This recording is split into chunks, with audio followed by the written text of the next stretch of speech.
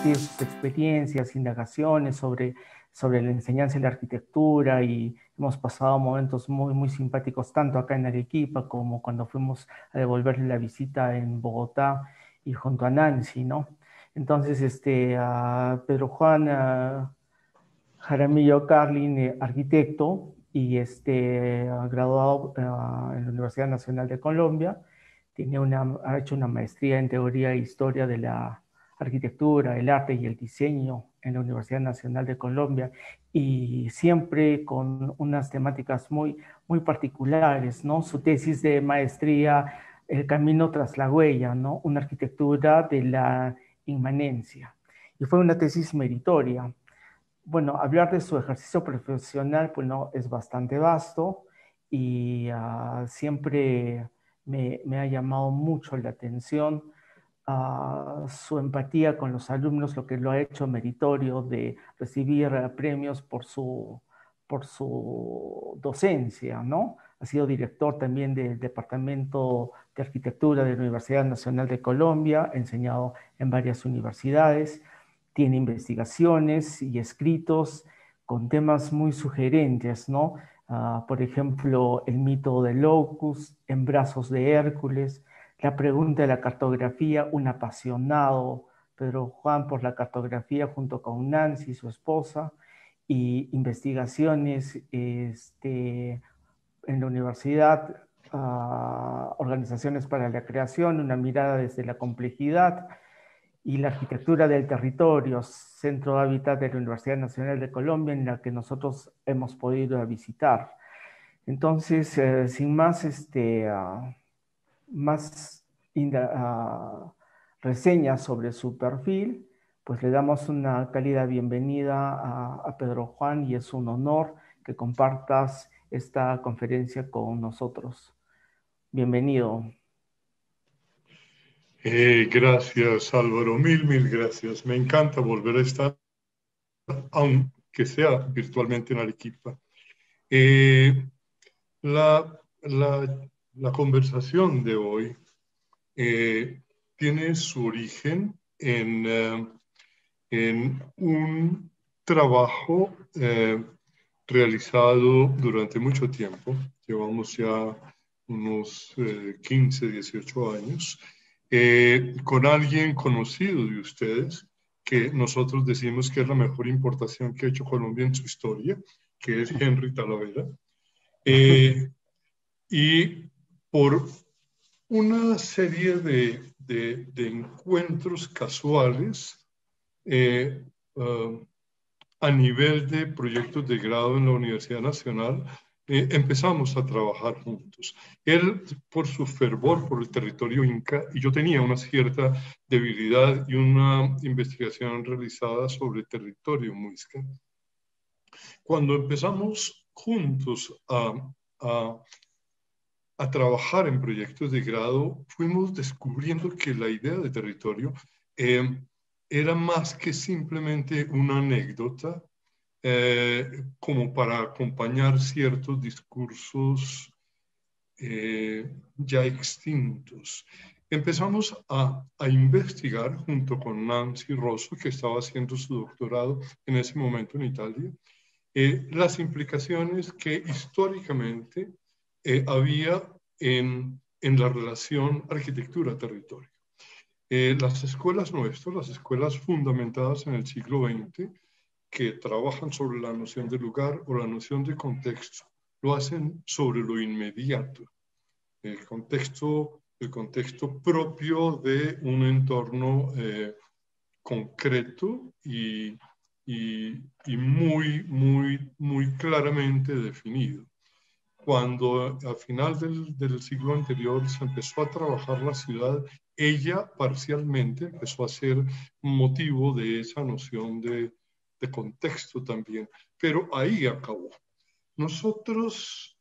Para nosotros la idea de territorio empezó a abrir la mirada mucho más, porque nos permitió además circunscribirnos a lo que significa el fenómeno metropolitano, especialmente en las ciudades latinoamericanas.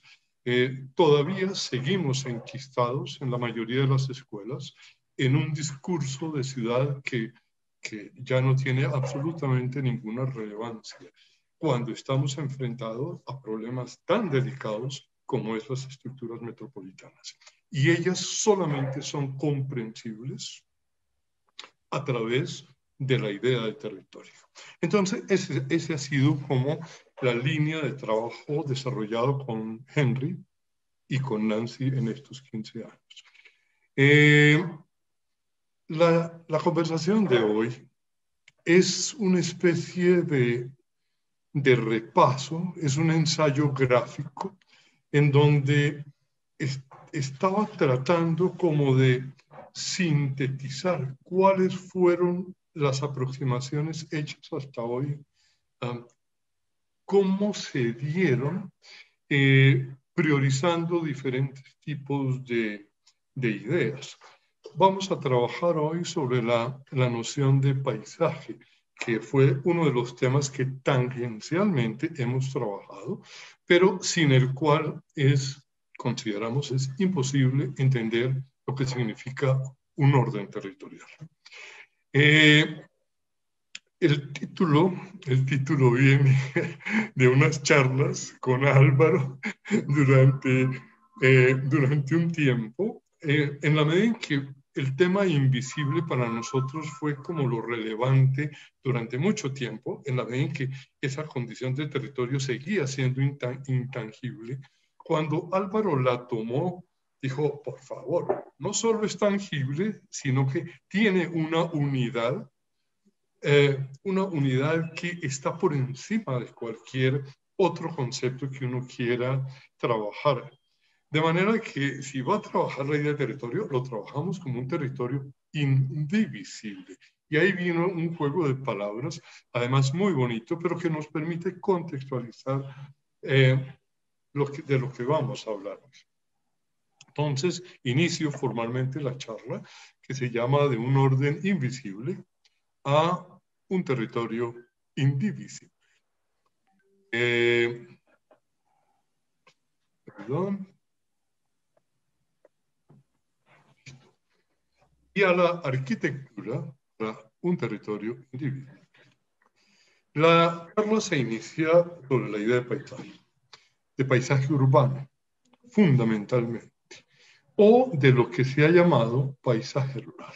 Aquí quiero aclarar que el modo como nosotros estamos trabajando, esa ruptura histórica entre lo urbano y lo rural ya no tiene ninguna relevancia. Por eso nosotros usamos la palabra rural anecdóticamente, en la medida en que consideramos que ese territorio inscrito en el cual aparece cualquier tipo de fenómeno urbano, no importa su escala, incluye necesariamente aquellos elementos que hemos llamado lo rural. Cruces de camino, puentes, pequeñas quebradas que definen asentamientos, etc. Por consiguiente, es a través, doy continuidad a lo anterior, de la idea de paisaje, de ese orden visual llamado paisaje, de ese registro gráfico o verbal poblado de imágenes que percibimos lo que sucede en nuestro entorno. Las características de aquello que define las circunstancias determinantes del lugar en que estamos. Son las imágenes las que nos permiten relacionarnos con un área determinada, ya sea como tema de estudio o como la posibilidad de transformarlos a través de un proyecto. Estoy hablando en códigos de arquitectos. Cuando estoy hablando de paisaje, estoy hablando del paisaje para los arquitectos. Cuando estoy hablando de códigos de lectura, estoy hablando esos códigos que se aprenden en las escuelas de arquitectura desde los primeros semestres y que llevan a leer el mundo de una cierta manera, que es completamente distinta a la que conlleva la formación de un antropólogo, de un sociólogo o de un médico. Por eso insisto en el valor de las imágenes y lo que ellas, como vamos a ver un poco más adelante, cómo ellas van estructurando una manera de ordenar el entorno al cual nosotros nos enfrentamos. Son esas imágenes que develan aquello que merece nuestro interés. Eso quiere decir lo denominado paisaje. Son esas imágenes las que inducen a elaborar los elementos característicos a través de un orden territorial. Aquí ya empezamos a relacionar la noción de imagen sacada del paisaje con la posibilidad de ordenar un ámbito territorial. Eso quiere decir como un territorio, como aquello que se ha trabajado a través de la intrínseca relación entre arquitectura y territorio, como los hechos determinantes de lo que hemos denominado arquitectura del territorio. Estas imágenes que vienen a continuación son simplemente aludiendo a lo que llamamos paisaje. Paisaje urbano en este caso, estos son estos nuevos paisajes en que los metros elevados empiezan a afectar, a transformar las imágenes urbanas. Este caso de Medellín, simplemente lo que conlleva una serie de edificios ordenados o impuestos de una cierta manera. Lo que nosotros llamamos espacio público como parámetro de lectura de un paisaje urbano, o el paisaje urbano visto a través de la geografía. O lo que llamamos históricamente paisaje rural. En todos ellos hay unos elementos que los estructuran. Hay unas formas geométricas que en principio son aquellas que nosotros leemos. Y repito, son aquellas que hacen legible ese paisaje. Nosotros trabajamos tres ideas que van a llevar esta charla a su final, pero que están directamente entrelazadas. Una es lo que llamamos campo de fuerzas, la segunda, el sistema ambiental y la idea de espacio público, y la tercera, la cartografía y la representación arquitectónica. Fuerzas las entendemos como los fenómenos que actúan sobre un hecho geográfico o sobre los elementos que lo complementan, naturales, artificiales, lo que sea. El orden espacial, esto es fundamental, sobre el cual actúan, está definido como la dimensión espacial del ecosistema que lo sustenta. Y en la representación, los modos o formas en que son representados los dos conceptos anteriores. Aquí voy a introducir una idea. Al igual que nosotros hemos llegado por poner entre paréntesis la noción de lo rural, también hemos puesto entre paréntesis la noción de espacio público. La noción de espacio público con la que históricamente hemos trabajado los arquitectos, que está directamente relacionada a la idea de ciudad, es aquellas áreas sobrantes una vez que se ha definido unas zonas construidas a través de edificios. ¿Eso qué quiere decir? Cuando nosotros construimos un edificio, el área que hay entre la calle y el edificio, ese sobrante llamado el acera, antejardín o como lo queramos llamar, al igual que una plazoleta en la esquina o un parque, es lo que llamamos espacio.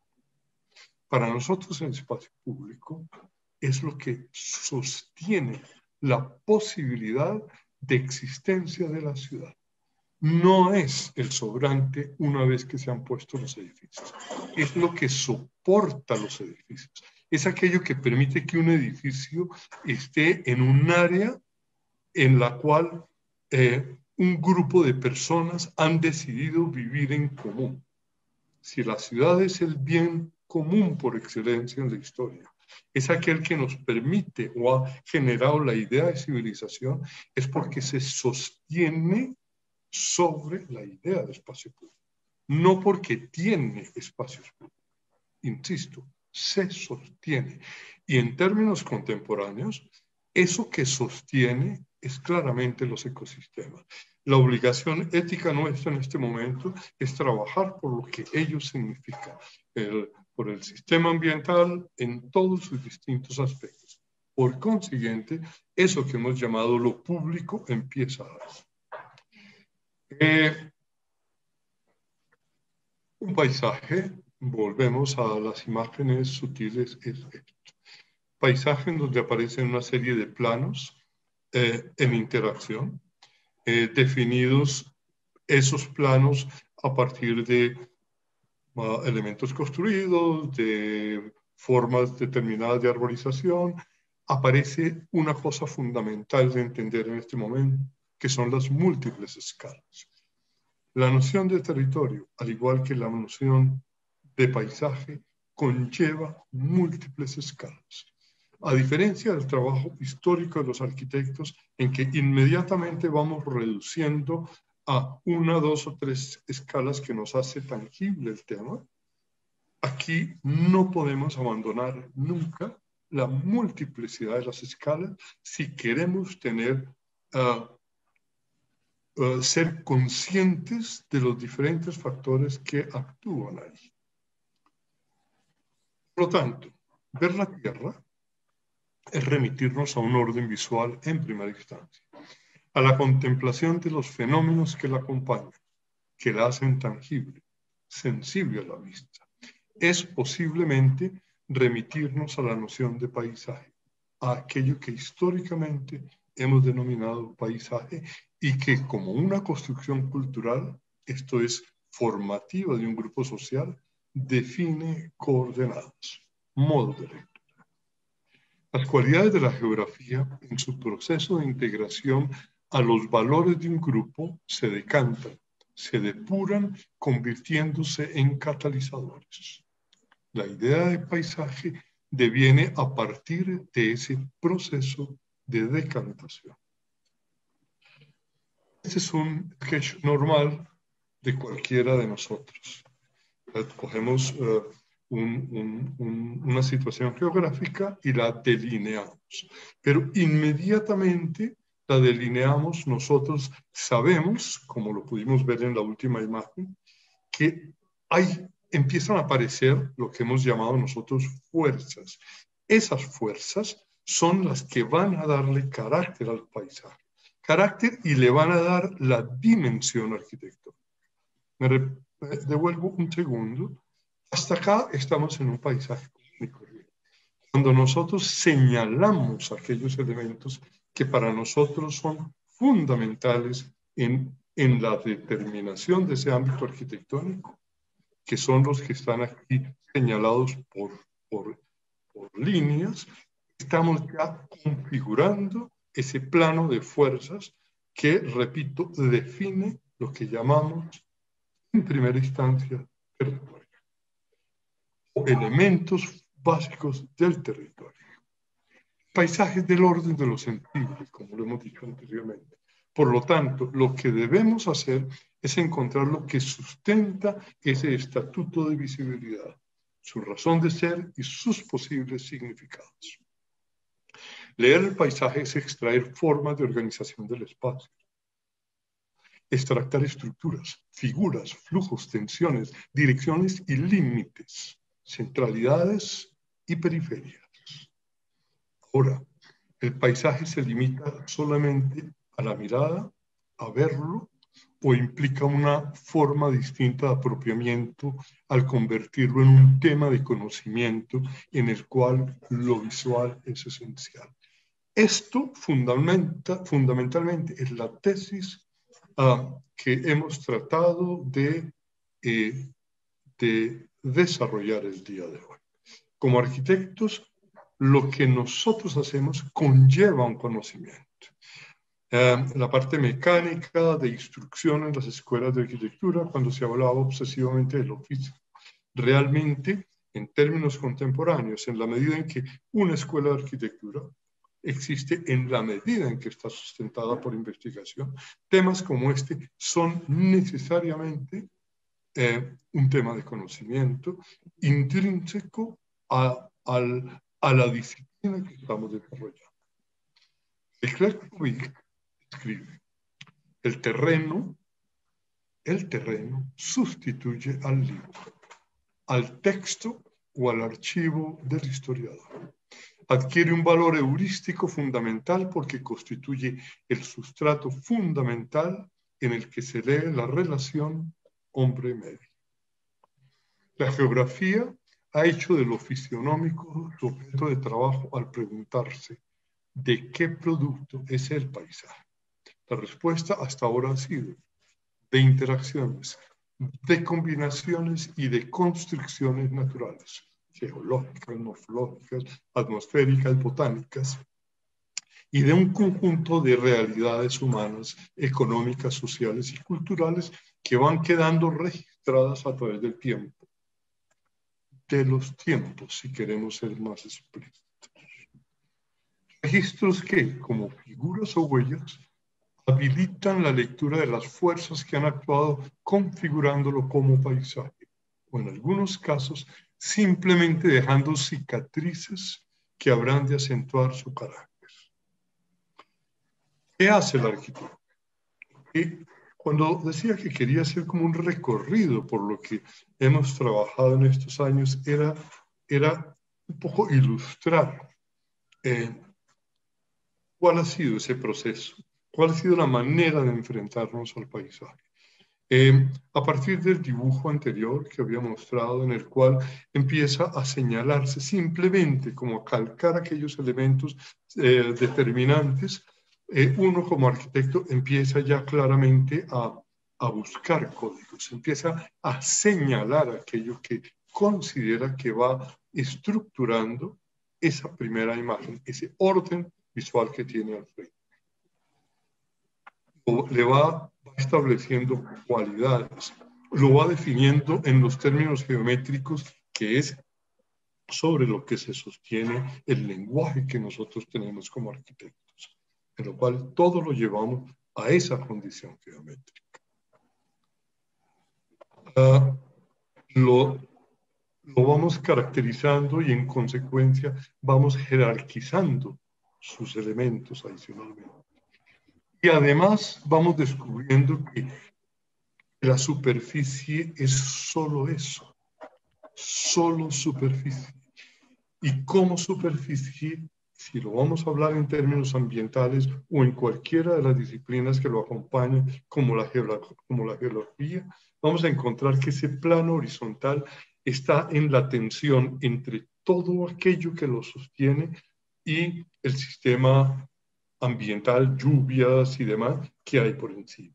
De manera que esa superficie empieza a perder la importancia que históricamente le dimos para convertirse simplemente en el lugar o en esos planos de tensión entre los dos elementos, entre aquellos sobre los que reposamos y aquellos que están todo el tiempo afectando ese desarrollo. Se iniciará el estudio de la fisionomía a través de las características y por lo tanto a la noción de carácter, entendido como lo que especifica y distingue, como inscripciones provenientes de factores naturales o culturales. Para entrarnos en este tema debemos responder a una pregunta en primera instancia. ¿Cuál es el rol de la forma en la imagen? O mejor, en el contenido de la forma. La legibilidad proviene de un régimen formal o de uno figurativo. Esa es una de las grandes discusiones que tenemos en las facultades de arquitectura. Esto es, leemos las formas o figuras inherentes al paisaje. Este texto busca desarrollar la idea de que la fisionomía puede reemplazar a la demorfología en un estatuto referido al orden de las cosas. Las escuelas racionalistas han reposado todos sus discursos y su trabajo sobre la noción de forma, sobre la autonomía y el valor de la forma. Aquellos que venimos trabajando sobre tradiciones empiristas tendemos mucho más a la noción de figura, como vamos a ver. Además, buscamos que sea esa condición figurativa, ese ese aspecto que delinea el que nos dé la información básica dada la continua mutación en que al cual ese factor está sometido. La condición expresiva de la fisionomía trasciende lo formal al incluir aspectos de la lectura que añaden factores a la forma y, por lo tanto, ponen entre paréntesis el concepto de representación, beneficiando las presencias en su carácter fisionómico. La idea de representación, para todos ustedes muy clara, la perspectiva y su estructura como perspectiva es la forma a partir de la cual se construye el proyecto moderno, el proyecto de Occidente, aquel proyecto que se sostiene no sobre Descartes, como dicen los filósofos, sino sobre Brunelleschi y su planteamiento sobre la perspectiva, es el que estructura un concepto de espacio que es el que determina cómo miramos y cómo construimos. Y ese se sostiene sobre la noción de forma. Como ustedes han visto, todos los proyectos renacentistas que hacen una exploración muy seria, muy profunda, a través de múltiples miradas, para tratar de darle justamente valor a la noción de forma. Nosotros y en consecuencia a su representación, los diferentes tipos de perspectiva. Nosotros lo que estamos es hablando de que el paisaje, el territorio implica múltiples puntos de vista.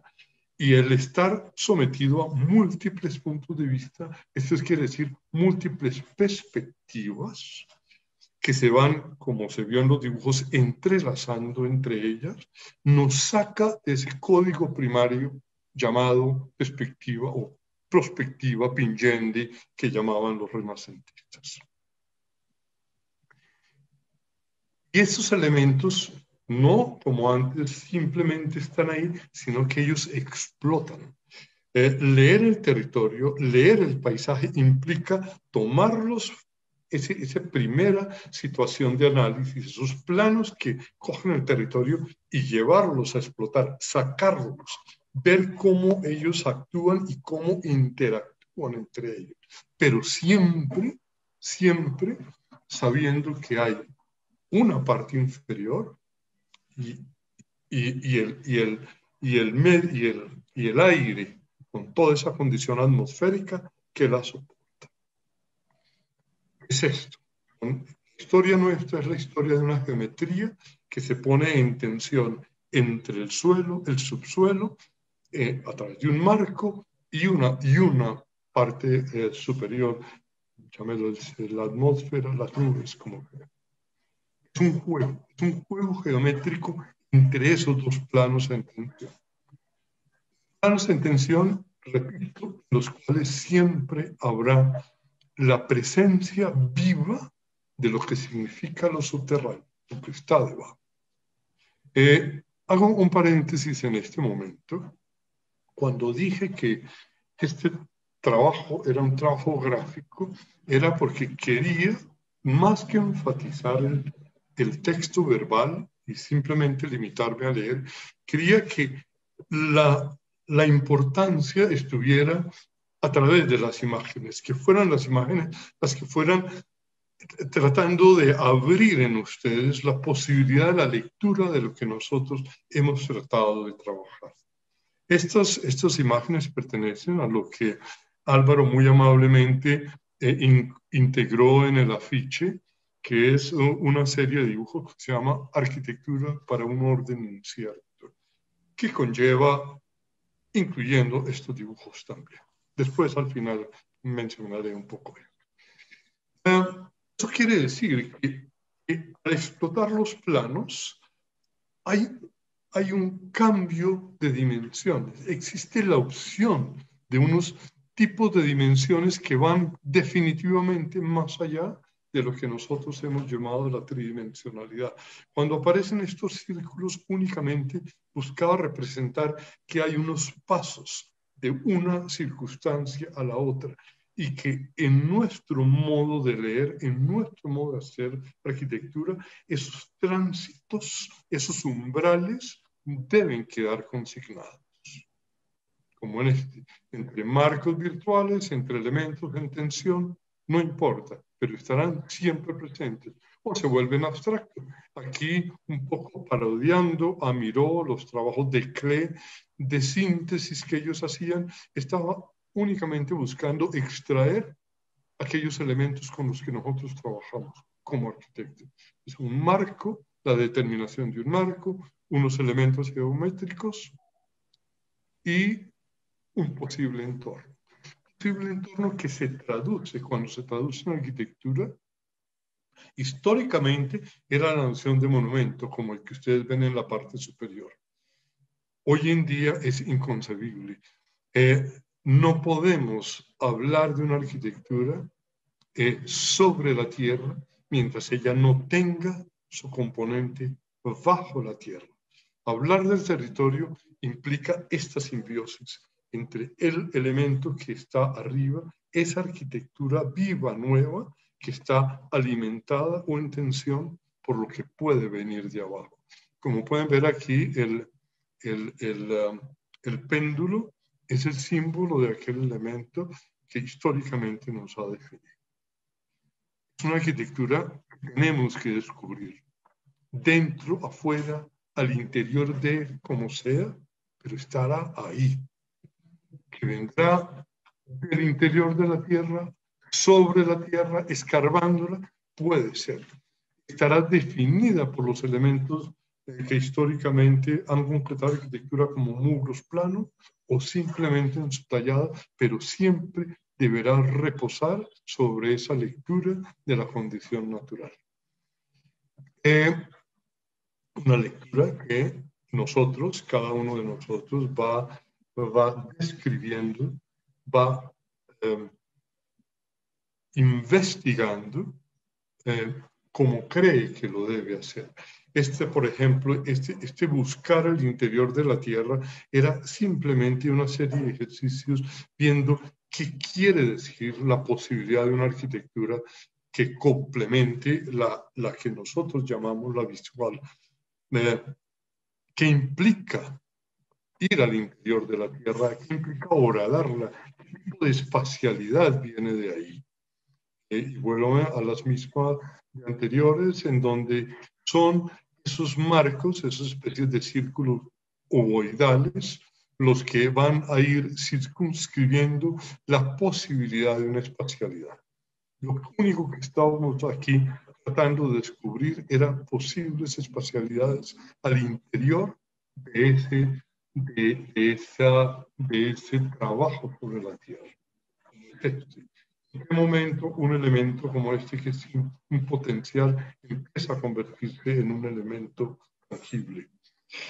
Este dibujo, que se llama Cenotafio para un joven arquitecto, es una parodia, ustedes lo pueden ver muy claramente, de uno de los más bellos dibujos que se han hecho en la historia de la arquitectura, el cenotafio a Boulez. El cenotafio a Newton de Boulez, un hermosísimo dibujo de 1798 o algo, después de la muerte de Newton. Boulez quiere hacer un homenaje y hace uno de los más bellos dibujos, repito, en la historia de la arquitectura, en donde él, como homenaje, define la condición arquitectónica del lugar donde simbólicamente Newton debería ser enterrado. El incluir un joven arquitecto es simplemente el decir, hay un umbral allá adentro, como un útero materno, que debe ser descubierto por los jóvenes arquitectos para romper con los códigos que hasta ahora hemos trabajado.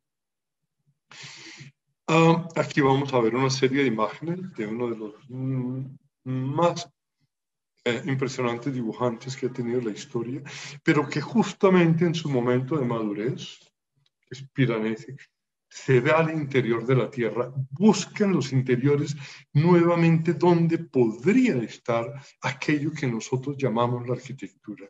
Y hace lo que ustedes ya todos conocen, la serie de las cárceles, únicamente tratando de indagar lo que significa una espacialidad a partir de la luz.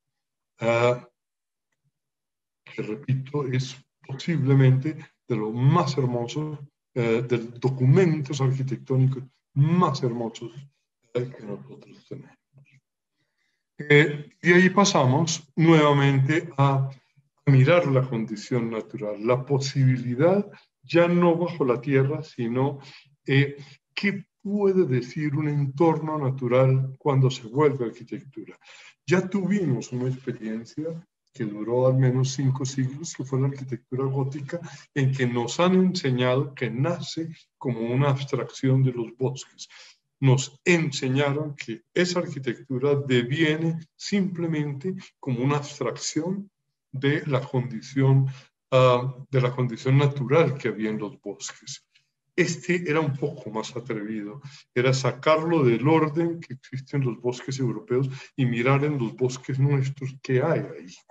Son unos pequeños dibujos únicamente tratando de descubrir la posible espacialidad que hubiese en ellos. Tránsito. Estos son trabajos realizados en este momento por 2 grupos. Voy a mostrar uno mexicano y otro aquí en Tabio, una muchacha arquitecta que a 1 hora de Bogotá está desarrollando una serie de proyectos como estos, tratando de descubrir qué hay en las tradiciones indígenas, en las tradiciones constructivas indígenas, aquellas ligadas a la tierra y que pueden ayudar a descubrir la posibilidad de una arquitectura para el futuro. Las pongo únicamente para ilustrar que aquello que nosotros estábamos mostrando tiene este de los mexicanos, tiene unas enormes posibilidades en cual el material que ustedes quieran, pero sacándolo de ese código formal impuesto por Occidente. Volvemos a los dibujos, pero ya sobre la superficie. Volvemos a esos dibujos en los cuales ya la tensión inframundo, zona superior, simplemente nos va a permitir hablar de los planos que históricamente han definido la arquitectura. En consecuencia, la posibilidad de una arquitectura, estos son los dibujos de arquitectura para un orden incierto. Como ustedes van a ver, son simplemente un reto. En ellos se ha buscado, hay gente que dice caricaturizar lo que nosotros llamamos un edificio. Posiblemente he buscado caricaturizar los edificios, pero lo que realmente estaba era tratando de entender qué significa un edificio cuando nosotros lo leemos a partir de códigos distintos, como códigos naturales. A eso se debe estos dibujos. ¿Qué puede ser eso? ¿Cómo son? Si este es un rascacielos en el cual hay vacíos y cosas de esas, ¿cómo son? ¿Cómo se accede? ¿Qué pueden querer decir las primeras plantas? ¿Cómo se pasa a través de ellas? Era simplemente estos dibujos. ¿Qué significa la noción de hábitat? ¿Qué significa la relación con un muro vertical llamado piedra? ¿Cómo aparece un primer edificio? ¿Cómo aparecen las horadaciones en eso que llamamos o montaña o edificio? ¿Qué es un habitar al interior de la tierra? ¿Cómo en el dibujo que quedó en el afiche, cómo hay esa relación entre los planos que han definido la arquitectura o volúmenes y los elementos naturales? Esto es simplemente aquello que ha estado en nuestra historia. Esto es un paisaje contemporáneo. La noción de territorio se inicia con las trazas, con las huellas de un pasado que dan vida a ese presente. como los hechos que dan testimonio de un ayer, de aquello que determinó la posibilidad de un marco físico identificable como un hoy, a través de elementos que configuran la vida actual. La hipótesis sobre lo que se ha estado trabajando durante los últimos años se sustenta en que cualquier fenómeno construido de carácter urbano o lo llamado rural reposa sobre una estructura territorial y es ella, sin importar su cualificación, la que determina el proceso de consolidación de la ciudad en primera instancia y habrá de sostener cualquier estructura más compleja como la denominada metropolitana en un proceso posterior. Los ejemplos son que todos reconocen. Esta interacción entre geografía, definición de territorio y medio construido, que vibró en América y sigue vibrando en América. Estamos viendo en primera instancia de Teotihuacán. Por respeto a ustedes, únicamente van a ver unas imágenes muy del lado del Perú, porque no me quería meter en aquello que ustedes conocen y beben cada día. En este trabajo, la mirada al pasado, si se quiere, arqueológica, parte del ayer como un tiempo no acabado, como un constante acto de superposición, de yuxtaposición y continua conjugación de los distintos momentos que van definiendo eso que denominamos historia. Pues, palpables en su disposición, su legibilidad reposó sobre un principio cosmológico, representativo de los mitos que fueron construyendo a lo largo de los años por los distintos grupos sociales, y que nosotros, aún nuestros mitos, los dejamos de lado ante la vergüenza social. Como resultado de la relación entre sociedad y naturaleza, la geografía mítica enfatiza las distintas características del paisaje, convirtiéndolos en símbolos espaciales que producen una construcción religiosa del territorio, resultado de la descripción de la sociedad y de las relaciones que en ella se dan en los elementos naturales. Plenamente conocido, una de las obras más hermosas jamás construidas, Pachacamac, con esa erizante relación con el entorno en cual está. Posiblemente, repito, la arquitectura más bella construida por el planeta.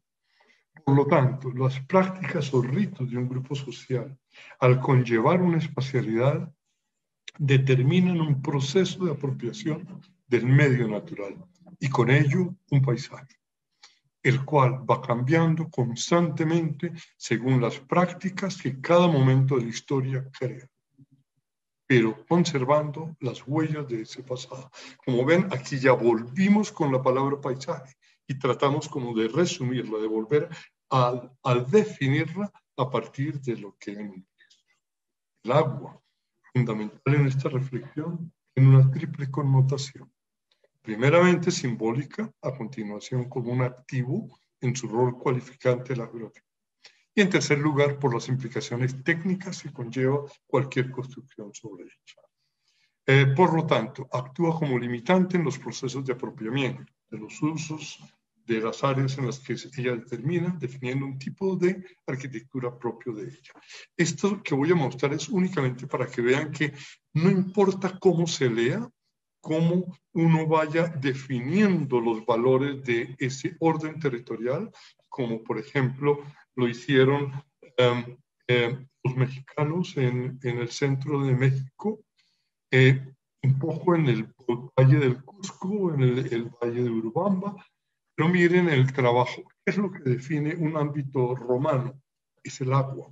Es la arquitectura del acueducto la que viene a ordenar completamente el territorio y todos aquellos elementos, como que se ve aquí, el hábitat propio de ese.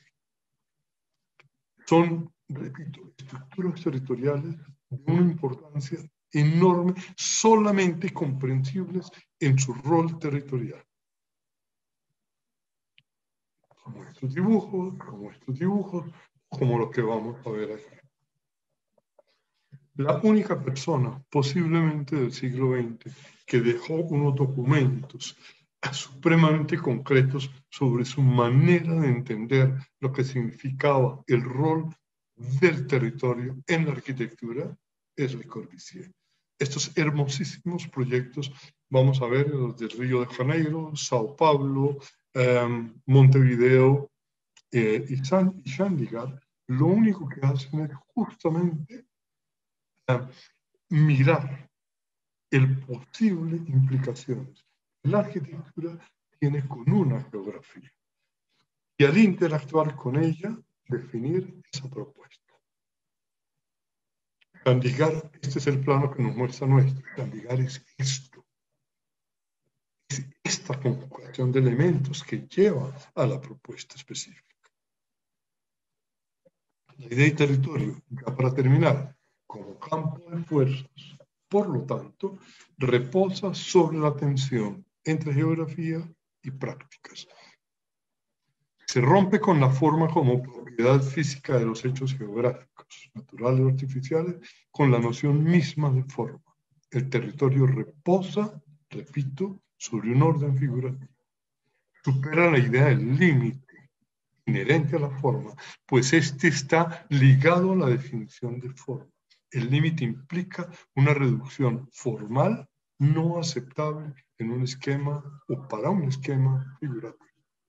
Los fragmentos existentes en el campo de estudio se hacen explícitos a través de la textura del paisaje, ya sea en su aspecto urbano o en el llamado rural. La textura es una cualificación de la superficie. Y los fenómenos que determinan, ellos son y serán siempre heterogéneos y de dimensiones y escalas varias. Por lo tanto, aparece cartográficamente como un sistema fractal. Conlleva acciones humanas entendidas como prácticas y, por lo tanto, ligadas a la construcción de ritos. Y con ellos, a la capacidad de fabular. Muchas gracias. Muchísimas gracias, Pedro Juan. Vamos a ver si es que los alumnos tienen algunas inquietudes o algunas preguntas. Me las hacen llegar por el chat, ¿ya? Y si es que alguien de los alumnos que tuvieron la oportunidad de conocerte en persona en Bogotá también quisieran hablar, me lo comunican. Está presente acá también Ricardo, Roberto, Emily, no sé si tienen algunos un saludo especial para ellos y mi admiración una vez más por el trabajo presentado hace un tiempo aquí en Bogotá. Así, hermosísimos trabajos, hermosísimos trabajos. Muchas gracias. Acá están los muchachos presentes escuchándote y gracias por la oportunidad, ¿no? Que se dio de esta presentación, de esta ponencia que tuvimos la oportunidad de desarrollar con Roberto y conjuntamente con los alumnos de taller que ya ahorita están en fase de proyecto y anteproyecto de esas propuestas iniciales que hicieron y que tuvimos la oportunidad de compartirlas y someterlas también al juicio de ustedes, ¿no? Que es importante. Gracias. Entonces, Ricardo, Roberto, no sé si tiene algún comentario. Yo voy revisando el chat, si es que hay algunas preguntas en especial. Hola, primeramente, a ver. Roberto, buenas tardes o noches. A ver, que Roberto está con dos dispositivos. Bueno, lo que pasa es que estaba asegurando de no perder la señal. Ese es tu alter ego, Roberto. ¿Ah? Es el otro, ¿no? Tienes que apagar, Roberto, uno de tus dispositivos. Se está colando. O un fantasma, una de dos.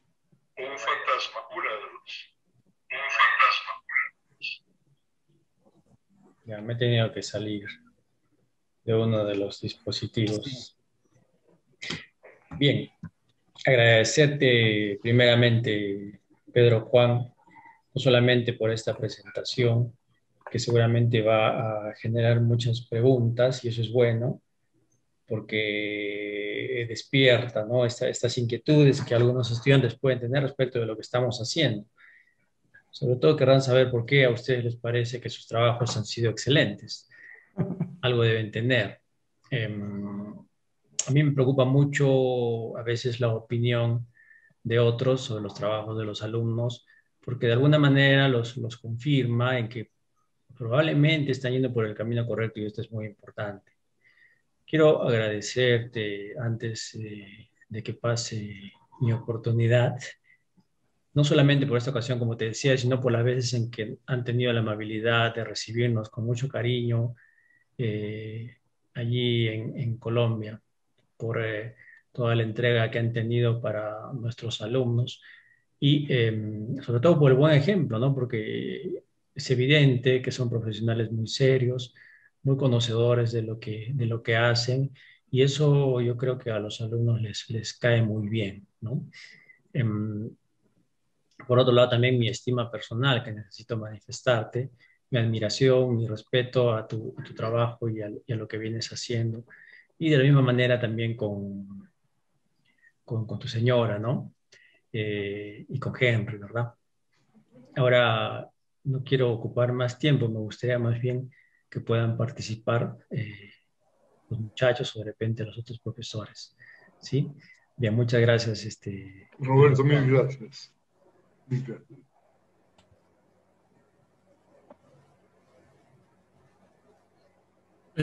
Pedrito, ¿cómo estás? Te habla Ricardo Postigo, no sé si te acordarás de mí. Ricardo, por favor, claro. ¿Cómo estás? Pues afortunadamente muy bien, y veo que ustedes también parece que están muy bien por allá. Eh, bueno, Me encanta verte. Perdón, no, pero la cosa personal en estas relaciones, pero fueron relaciones muy, muy amables, de esas que uno llevará siempre muy bien. A los alumnos que nos excusen por nuestras muestras de afecto. sí, pues bueno, siempre hay un momento para la autogratificación, en este caso mutua. Eh, y bueno, o sea, no quiero ser reiterativo, pero definitivamente los sentimientos que han expresado Álvaro y Roberto anteriormente, tengo por seguro que me adhiero a ellos en todos los extremos y multiplicados, y siempre te das el recuerdo no solo de cuando tuvimos ese intercambio aquí y en Bogotá, y bueno, estamos en todo caso ansiosos de que esta situación pase y cumplir esas promesas que nos hicieron aquel entonces de venirse un tiempo por acá, y que podamos consolidar, bueno, todo este intercambio de una manera más concreta, ¿no? Esperemos que los tiempos mejores estén cada vez más próximos.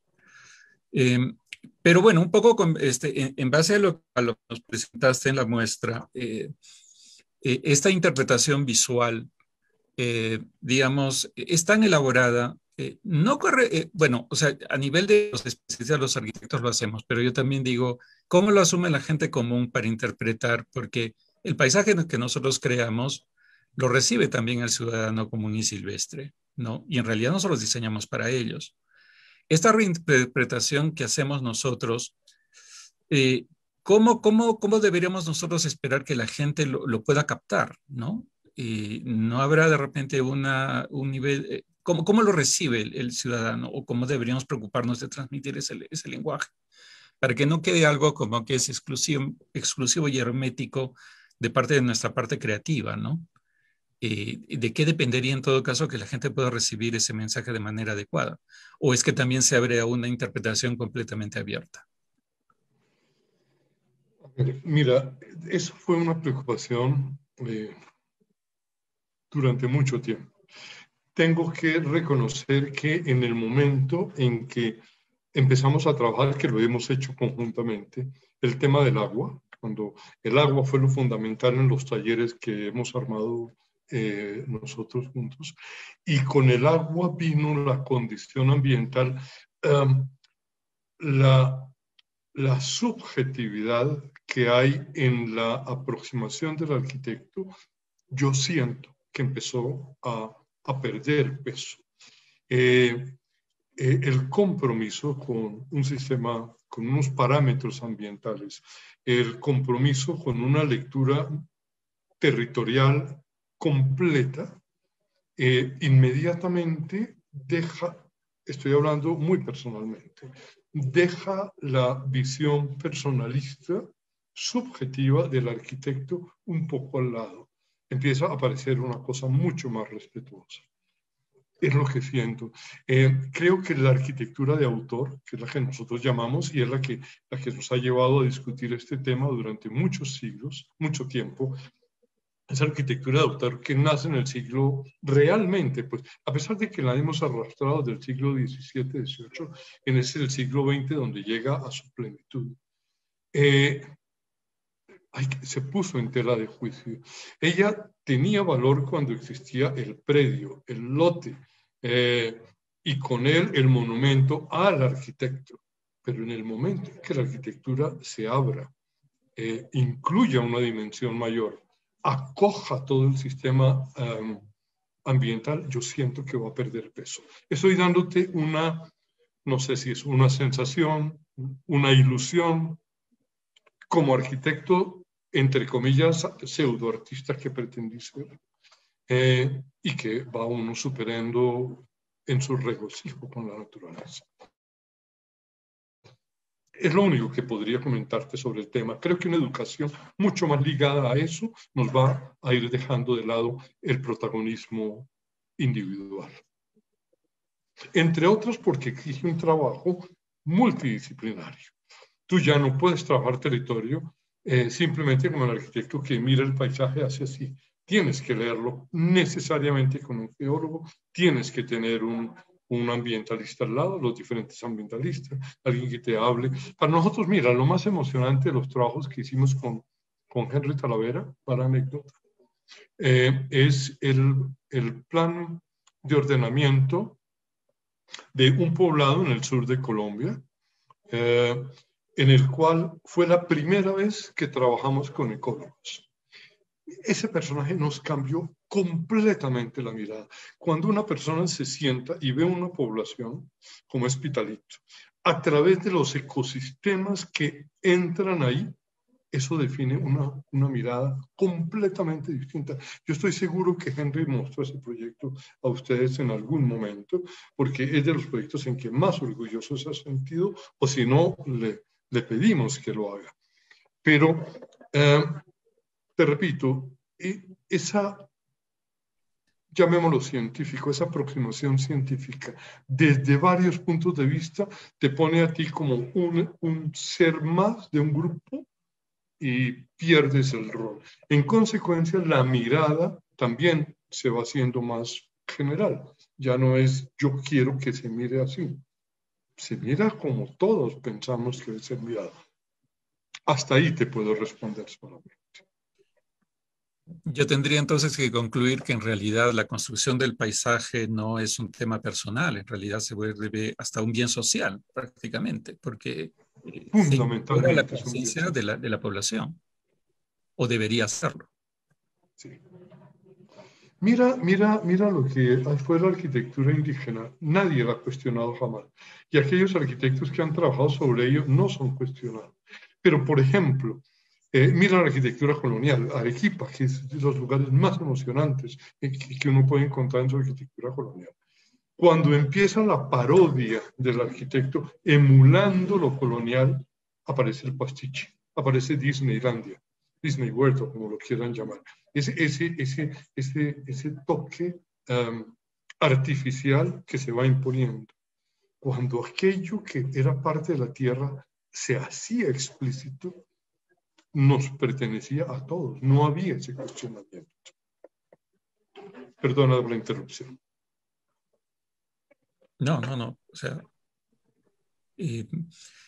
digamos, justamente, digamos, es un tema que también a mí me interesa mucho porque justamente la crisis que se manifiesta o una de las tantas expresiones de la crisis de las ciudades también está en la formación de la imagen, ¿no? Y bueno, entonces un poco viene hasta qué punto el arquitecto contemporáneamente puede ayudar a reconstruir y usar la imagen como medio de formación de conciencia también comunitaria, ¿no?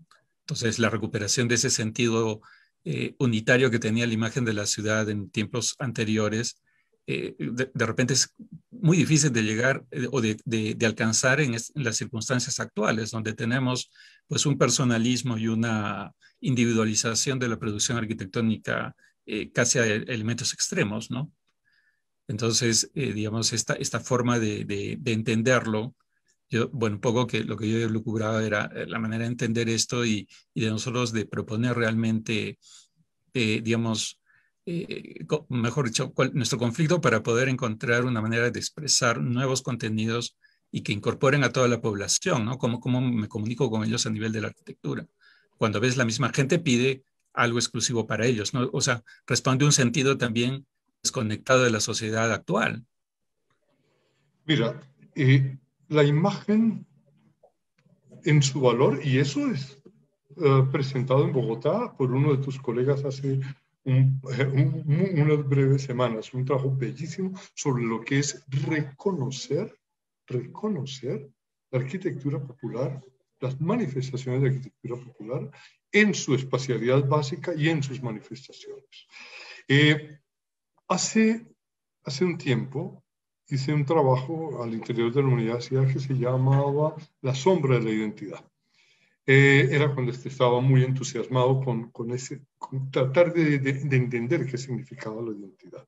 Y lo hice a partir de los gráficos que aparecen en los buses y en las busetas en Bogotá. Sabes que el nombre de la compañía, cada dueño de bus la manda a hacer o terminó mandándola a hacer a su gusto. Con el mayor gusto en cualquier momento, lo podemos ver, nos reunimos otro día y lo vemos. Pero la característica era muy importante en que cada letra siempre está acompañada de otra, de una especie de sombra. Entonces, además ella se vuelve, se para, se desplaza, se vuelve medio gótica, etc. Entonces la pregunta que se empezó a dar en ese momento era, ¿qué quiere decir eso? ¿Por qué en todo fenómeno popular donde aparece un letrero, aparece esa segunda voz, como si fuera una segunda voz, como si fuera un pentagrama en el cual aparece el acompañamiento? ¿Qué puede querer decir eso? Eso nos llevó a mirar los objetos de culto a nivel popular, unos pequeños altares que venden en todos los lugares de peregrinación popular, que tienen unas características muy particulares. Por ejemplo, temas como la Última Cena de Leonardo es de los temas más tocados, pero con el siguiente tema. Él siempre es una cajita en vidrio en la cual la lámina está en la parte de atrás y sobre el vidrio hay dibujos, pero unos dibujos que deforman completamente la posibilidad de la perspectiva que está en el trabajo de Leonardo. Rompen a través de elementos, bucles de colores, de polvitos dorados y plateados, buscan aniquilar esa imagen de perspectiva. Entonces, cuando empezamos a trabajar sobre eso, nos dimos cuenta que popularmente nosotros no leemos la perspectiva, no leemos en perspectiva, como pretendemos a partir de los estatutos occidentales. Popularmente se lee a través del tiempo, se lee en momentos. Una letra tiene un valor a través de un momento que hace el tránsito a otro momento. Lo fundamental en la percepción popular es el tiempo. Por eso insistimos tanto en lo figurativo. No es el espacio. Lo espacial no es legible. Las tres dimensiones no son legibles en la condición popular. Tú mira cómo se pinta una casa a nivel popular. Para nosotros el fondo es más oscuro, ratificar profundidad, etc. A nivel popular eso se trastoca. Lo más oscuro puede estar en el primer plano, el segundo en el tercero, la luz puede estar atrás. Es una lectura completamente distinta. Esos trabajos, ese reconocimiento de la manera como se ha definido una arquitectura y se definen los planos, creo que es la primera parte que habrá que hacer.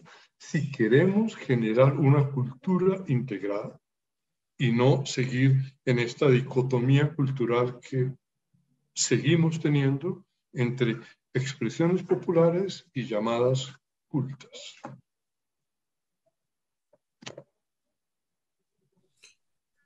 Bueno, yo le paso la voz a alguien porque si no esto va a parecer un diálogo y creo que la idea es que la conversación sea genérica.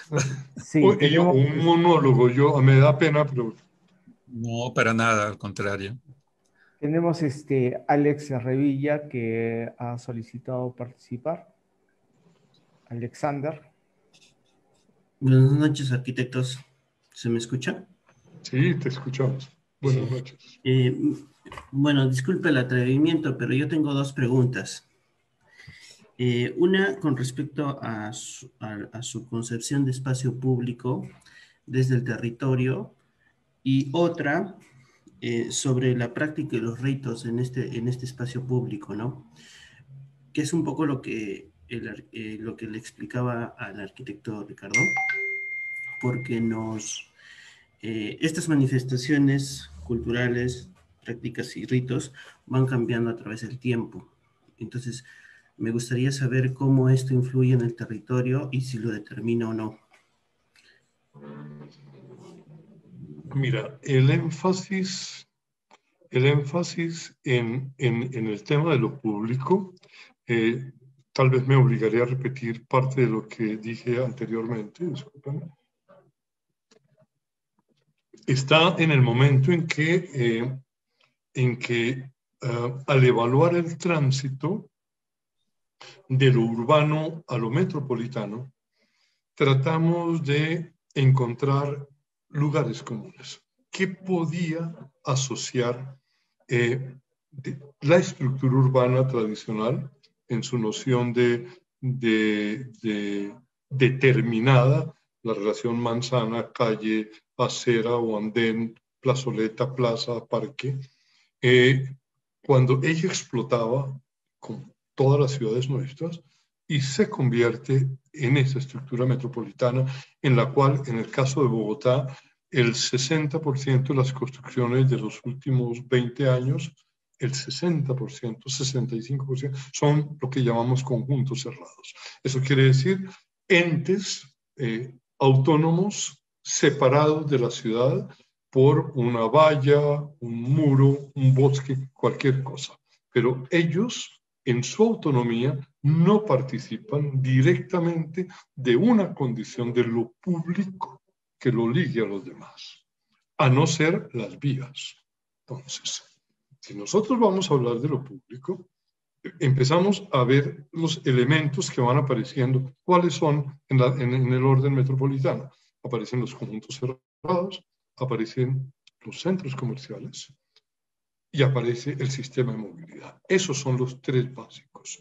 Lo demás son simplemente adjetivos a una escala mucho menor. Pero lo que es, claro, contundente en esta nueva mirada son esos tres elementos. Tres elementos que en abstracto tenían un común denominador con la ciudad, pero de manera concreta no la tienen. No es lo mismo la vieja calle como lugar de encuentro a un corredor interurbano en donde se circula entre 60 y 120 kilómetros por hora. No tiene nada que ver. La autonomía de ese corredor interurbano no tiene nada que ver con el espacio llamado calle como lugar de encuentro. Absolutamente nada. Entonces, la noción de movilidad, de espacios comunes, públicos, obligó a ser reevaluado completamente. Entonces la pregunta nuestra era sobre qué nos sostenemos. Si tiene que haber algo que nos comunique, algo que nos permite construirnos como sociedad, ¿sobre qué vamos a reposar? Pues la noción de lo público era justamente ese lugar donde nosotros pudiéramos estar configurando día a día una nueva sociedad. En primer lugar, encontramos que era sobre lo que construimos. Ahí es donde aparece el sistema ambiental y aparece, repito, muy sesgado de parte nuestra como la condición ética más allá de simplemente el espacio, a partir del cual nosotros podemos construir un futuro.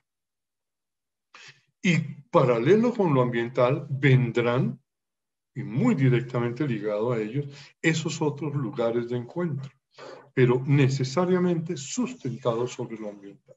Cualquier desarrollo de viviendas, ya sea individual o colectivo, necesariamente, insisto en la palabra, tendrá que acogerse a unos sistemas de movilidad que estén replanteados, ya no sea la decisión de un ingeniero de transporte. Toda la movilidad nuestra se limita a un plano asfaltado con una capa cualquiera de protección que la define un ingeniero de transporte. Cuando es un problema arquitectónico, cuando nosotros estamos hablando que es una condición de lo público, que es el punto de interacción entre centros comerciales, conjuntos cerrados y demás, es porque es un problema arquitectónico. Quienes deberíamos estar diseñando las vías, sus perfiles, lo que está debajo y encima, somos los arquitectos. No es un problema de ingenieros. De igual manera que puentes y demás son un problema nuestro. O sea, hay en este momento de la historia, a mí me encanta la pregunta que hizo Alexander porque nos obliga realmente a abrir la discusión. En un momento de la historia en que no solamente pequeños códigos los que están entrando a trabajar, son elementos que, todos aquellos elementos que hemos heredado de la historia, nos toca ponerlos sobre la mesa, ponerlos en tela de juicio y ver cómo van a actuar en el futuro que viene. Entonces, perdona, si me sigo alargando, Alexander, me voy, pero entiende por qué el énfasis en el elemento público del sistema ambiental, en la medida en que necesariamente cualquier otra cosa que aparezca tendrá que estar ahí. Además, sí, por simple respeto. Mira, los humedales de Bogotá fueron construidos en esa sevicia que se dio en los años 60, 70 y 80 de construir a la loca. La mitad están al borde de caerse, fueron construidos sobre arequipe, sobre terrenos húmedos sin ninguna consistencia. ¿Qué pasó a los 2, 3, 4 años? Empezaron a ladearse, hacen así, simplemente están esperando un terremoto para irse al suelo. Esa es la mitad de la Bogotá construida. Entonces, no solamente entramos en territorio que no nos pertenecía, le pertenecía a Madre Tierra, sino que además lo hicimos mal. Es eso. Gracias, arquitecto. Totalmente pertinente su respuesta en el desarrollo del taller, porque justamente estábamos analizando las relaciones, ¿no?, del conjunto, del proyecto con todo el componente ambiental, territorial, y nos ha servido de mucho su respuesta. Eso me encanta, te lo agradezco. A usted. Alexander, ¿estás satisfecho o tienes alguna otra inquietud más? ¿Alguno de tus compañeros más de taller que justamente están ya terminando y se les ha planteado ciertas interrogantes que quizás Pedro Juan podría darle una mirada diferente? ¿Tienes alguna repregunta, Alex? Sí, más que una repregunta era recordarle la segunda pregunta al arquitecto Pedro, que era sobre los ritos y la práctica en la apropiación del espacio público. Sí. Mira, los antropólogos a nosotros nos hablan de ritos o de mitos y ritos únicamente para referirse a culturas extinguidas o aquellas que nosotros tenemos como marginales. Todos nosotros, comunalmente configuramos un mito. La manera como nosotros vivimos, nuestras prácticas diarias conllevan una serie de creencias a partir de las cuales nosotros actuamos. Ese actuar es un reto. Desde la manera como cogemos un bus, la manera como vamos a un supermercado o nos relacionamos con los demás en un espacio público. Esos son ritos. Rito no es simplemente aquel que tiene una connotación religiosa. Rito es toda acción humana que se hace en concomitancia con un grupo social determinado. Y eso es fundamental. Es fundamental porque el reconocimiento es el que permite construir. Mira, me robo 2 minutos. Cuando con Henry hicimos, hace ya muchos años, el Plan Maestro de Construcciones Escolares para el Distrito Especial, después de 4 o 5 meses de darnos en la cabeza, porque estábamos claramente repitiendo lo que se había trabajado durante 20 o 30 años, descubrimos una frase que se convirtió en la base de todo el plan maestro, que es el colegio público, la escuela pública, es espacio público y por lo tanto es el lugar donde la comunidad se construye como comunidad. No es donde se enseña, no debe ser el lugar donde se transmiten conocimientos, la mayoría obsoletos. Es donde la comunidad se construye. De manera que esa idea de edificio cerrado, que históricamente había, nosotros lo empezamos a llamar colegio parque, colegio calle, colegio, y aparecieron palabras como umbral, transición, etc. De manera que la autonomía del edificio inmediatamente explotó. Y explotó para llamar a las comunidades. No se puso en práctica, pero bueno. De manera que el señor de la panadería, el señor del taller, son parte de la comunidad y a través de su hacer, que es un rito, enseña, transmite de manera mucho más concreta que un profesor de matemáticas que coge un libro, repite lo que está en el libro y dice 1 más 1, 2. Nadie entendió por qué 2. Yo todavía no entiendo de dónde apareció el 2. Para los chinos, el 2 es una mutación del 1. Te pregunto, ¿por qué 2 es 1 más 1 y no una mutación del 2? No lo sé. Como ves, eso está ligado a ese reconocimiento mutuo que nosotros llamamos mito y que opera a través de las actividades cotidianas en los espacios públicos. Eso es. Gracias, arquitecto. Ahora sí, Espero que te haya servido. Sí, y me da pie para más preguntas, pero voy a permitir que los demás participantes puedan continuar. No se preocupe, más bien gracias por explayarse. Sí, ¿hay alguien más de los alumnos que quiera preguntar? Alexander, estuviste tú ayer, justamente se estaba tocando esa referencia que haces a lo que significa un edificio público, ¿no? Y el rol que tienen los edificios públicos de enseñar, de darle espacio, de identificarse con la comunidad en la que están insertos y de abrir sus puertas al servicio de la población. No son esos espacios que están cerrados y que son indiferentes, sino que son espacios que deben de abrir, comunicar y ser parte de la comunidad. ¿Hay alguna... Mira, clarísimo lo que estás diciendo.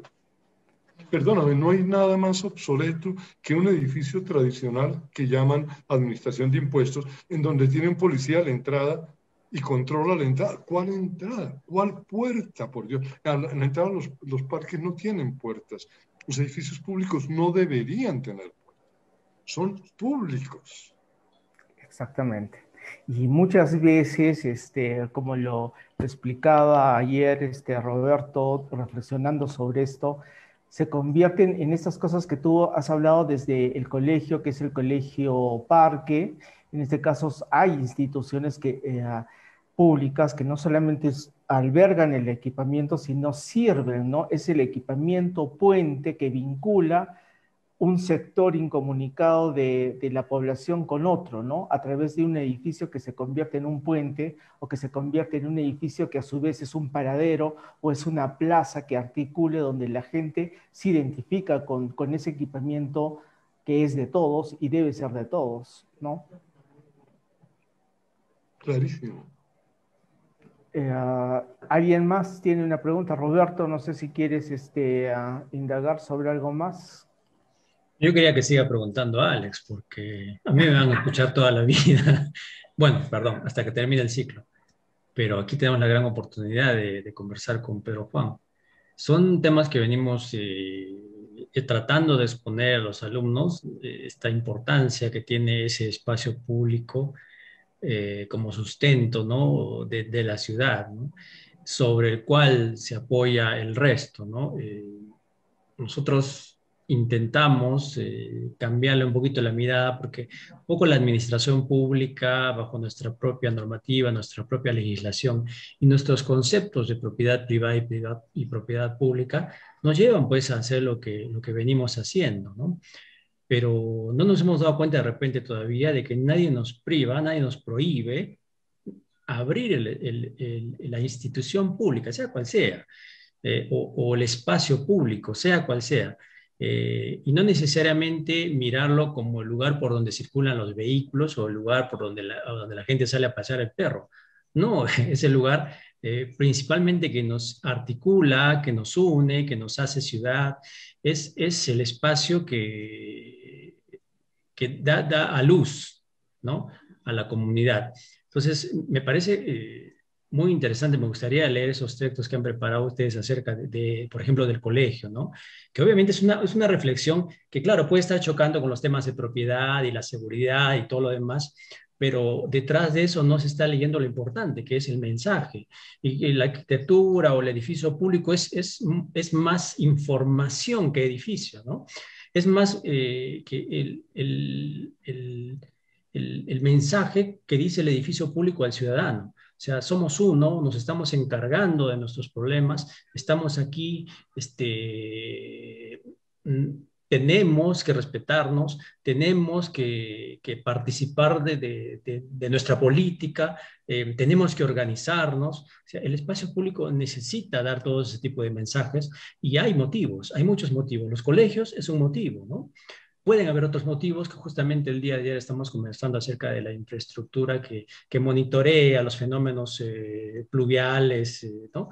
Y también hacían parte de este mismo discurso, ¿no? Que me gusta escucharlo de ti también para que los alumnos vean de que pues esto es una discusión que sale de los límites de nuestra escuela, ¿no? O sea, por todas partes se está discutiendo el rol de la arquitectura y la relación que tiene la arquitectura con el territorio, ¿sí? Sinceramente me gustaría escuchar más preguntas de Alex o de los muchachos del taller 10 y sobre todo escucharte a ti, Pedro Juan. Perdona, solamente quería mencionar que uno de los dibujos que ustedes vieron, pudieron suponer cuando empieza a aparecer la parte inferior, más que la parte inferior, yo estaba hablando de algo que para mí me ha acompañado siempre, que son las chacras. Esos eran los dibujos, esas texturas que acompañaban el agua, era simplemente evocando lo que para mí es el símbolo de lo público, de lo que significa una comunidad. Ustedes lo tienen ahí, los tienen a la mano, los ha acompañado históricamente. Perdón, era una interrupción. No, está bien, sabes que ahora tenemos la suerte de que se están generando unos nuevos documentos que son mapas referidos a la zonificación ecológica y económica, que pretenden ser la base sobre la que se debe hacer cualquier planificación. Fíjate que esto es reciente, que recién se está elaborando, lo cual nos lleva a reflexionar, ¿no?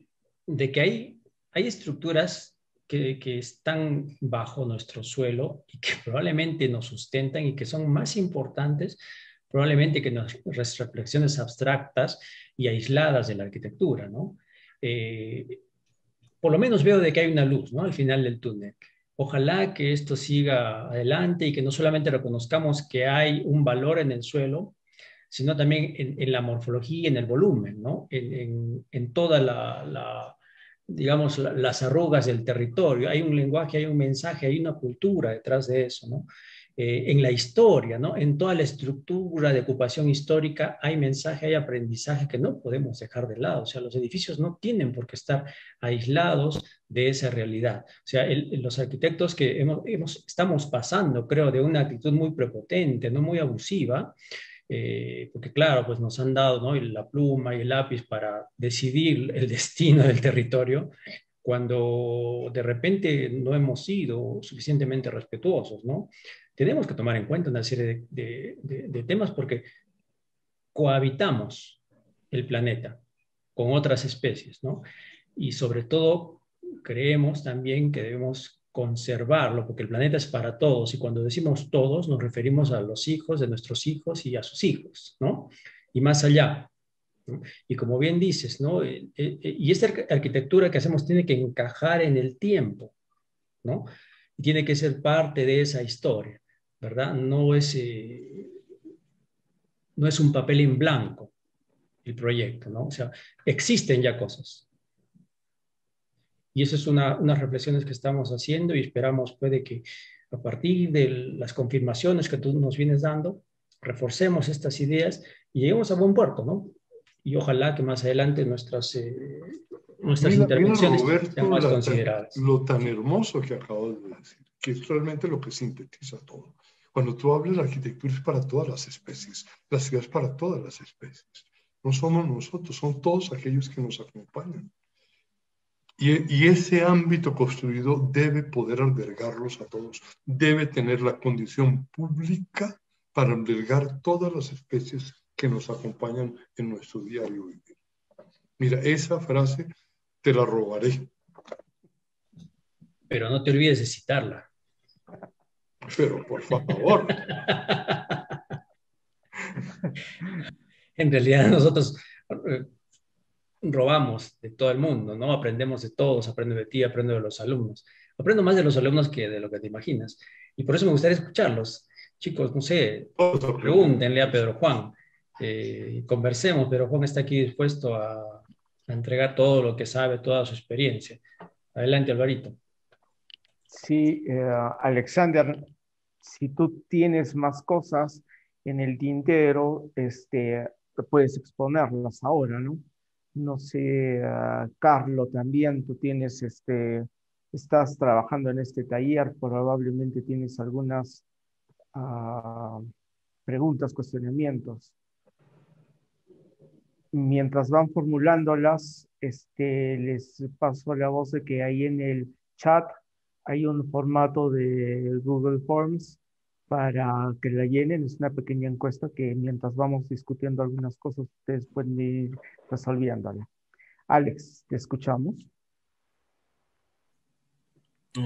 Arquitecto Pedro, tengo otra pregunta adicional sobre el proceso de decantación con respecto al paisaje, ¿no? Me parece muy interesante ese concepto de decantación, porque muchas veces está vinculado a las relaciones y a estos elementos básicos que usted explicaba del territorio y a la vez del paisaje, ¿no? Entonces me gustaría que nos amplíe un poquito sobre ese proceso de decantación. Oye, aquí no se puede hablar, qué bárbaro, es que cogieron hasta esas palabras, aparece una vez esa palabra nomás, y por ahí en la mitad de una frase. Qué bárbaros. Mira,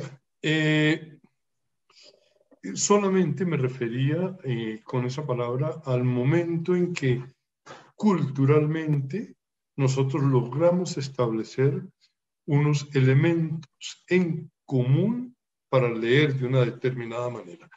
Esas múltiples miradas que espontáneamente se dan en las distintas personas se van decantando, esa fue la imagen, por lo que vino, van decantando en códigos que nos permiten hacer legible aquello de lo que estamos hablando, ya traducido en términos nuestros de comunidad. Era eso simplemente. Vuelvo y repito, era ese proceso que nos permite ser amigos, nos permite trabajar juntos, nos permite entrar a una comunidad. Mira, toda esa respuesta realmente es parte de lo que había planteado Ricardo. Porque así como nosotros aprendemos a leer en conjunto, expresaremos las cosas en conjunto, una vez que estén decantadas. El problema histórico nuestro es que la continua bombardeo de imágenes a través de las revistas internacionales, los movimientos continuos que se dan de modas en arquitectura y demás, ponen en tela de juicio esos momentos en que nosotros estamos como comunidad tratando de construir algo, porque son imágenes que usualmente vienen sin decantar, sin los filtros suficientes para poder ser transmitidas. A mí no me importa que vivimos en un mundo universal y tenemos que estar abiertos, pero tenemos que saber cómo leerlos. A eso me refería por decantar. Arquitecto, espero responderte. Sí, como nos dice, este proceso estaba vinculado a lo que decía lo que comentó el arquitecto Ricardo, en el sentido de que me sorprende esa palabra, ¿no? Que las sociedades decantan en conjunto, o sea, hay algunos códigos que cada sociedad, que cada comunidad tiene y que sabe leer, ¿no? Ahorita se me viene a la mente, por ejemplo, los Andes o las terrazas que los incas utilizaban para dominar el territorio el territorio en general, ¿no? Porque tiene pendientes el territorio peruano muy dramáticas, ¿no? Entonces, muchas veces dominaban este territorio con los andenes, ¿no? Y este tipo de terrazas. ¿A ese tipo de manifestaciones se refiere o se refiere más a manifestaciones culturales? Están ligadas la una a la otra. Cualquier decisión técnica al interior de una comunidad tiene una connotación cultural. Necesariamente. La técnica se separó de lo cultural en el siglo XX en el mundo occidental, en donde se convirtió en un discurso autónomo, cerrado, el de los técnicos, el de los tecnócratas o el de los científicos. Pero históricamente es un solo discurso. Tú no puedes separar uno de otro. No puedes. Perfecto. Gracias, entonces. Listo. ¿Alguien más quiere, para ir concluyendo ya esto, porque estamos abusando de la generosidad de Pedro Juan y de su anfitrión, que lo ha cogido amablemente, dado su apagón? Entonces, ¿alguien más quiere comentar algo? Emily Ruiz, que tiene problemas de conectividad, te manda muchísimos saludos, no quiere dejar de saludarte, me está diciendo, por favor, mándale mis saludos, mis recuerdos y mis cariños a Nancy también. Entonces, si no hay más intervenciones, creo que vamos concluyendo con esto, por supuesto, con todo el agradecimiento del mundo, el gran aprecio y cariño que tenemos por ustedes, porque son una trilogía, Henry, Pedro Juan y Nancy, y los tenemos muy en cuenta, han sido personalmente importantes, porque nos conocimos antes de esta escuela, y han sido importantes para mí en plantear una propuesta académica interesante para los estudiantes en Arequipa, junto con los docentes que me acompañan, Roberto, Ricardo que está acá, Emily y otros más. Entonces ha sido un referente muy, muy interesante y estoy muy agradecido, ¿no? de la hermandad intelectual que podemos podemos establecer. Muchas gracias, Pedro Juan. No, muchas gracias a ustedes. Mire, feliz de estar con ustedes. Realmente feliz de estar con ustedes, es la palabra. A tu disposición, a la disposición de ustedes cuando quieran. Si Alexander y su combo tiene más preguntas, podemos hacer una sesión en una semana o algo. Me mandan cuestionario y hacemos una. No hay limitaciones. Perfecto, perfecto. Muchísimas gracias. Roberto. Agradecido por la atención a los muchachos, agradecido y mi admiración por la atención. Una vez más, muchísimas gracias. No contabas con la astucia de Alexander. Ese chico no se le escapa a uno, no te imaginas. Es muy, muy edificante conversar con él, como muchos otros también. Muchas gracias nuevamente, Pedro Juan. A ti, Roberto. Álvaro, mil gracias. Gracias. Y a los demás. Agradecimiento y aprecio, como siempre. Gracias. Listo, entonces damos por concluida la participación. Agradecidísimos, Pedro Juan, y ya estaremos en contacto por interno para hacer algunas coordinaciones que te voy a proponer y vamos a ver si llegamos a buen puerto. Muchísimas gracias. Correcto. Listo. Chao, gracias. Un abrazo con mucho cariño. Lo mismo. Adiós.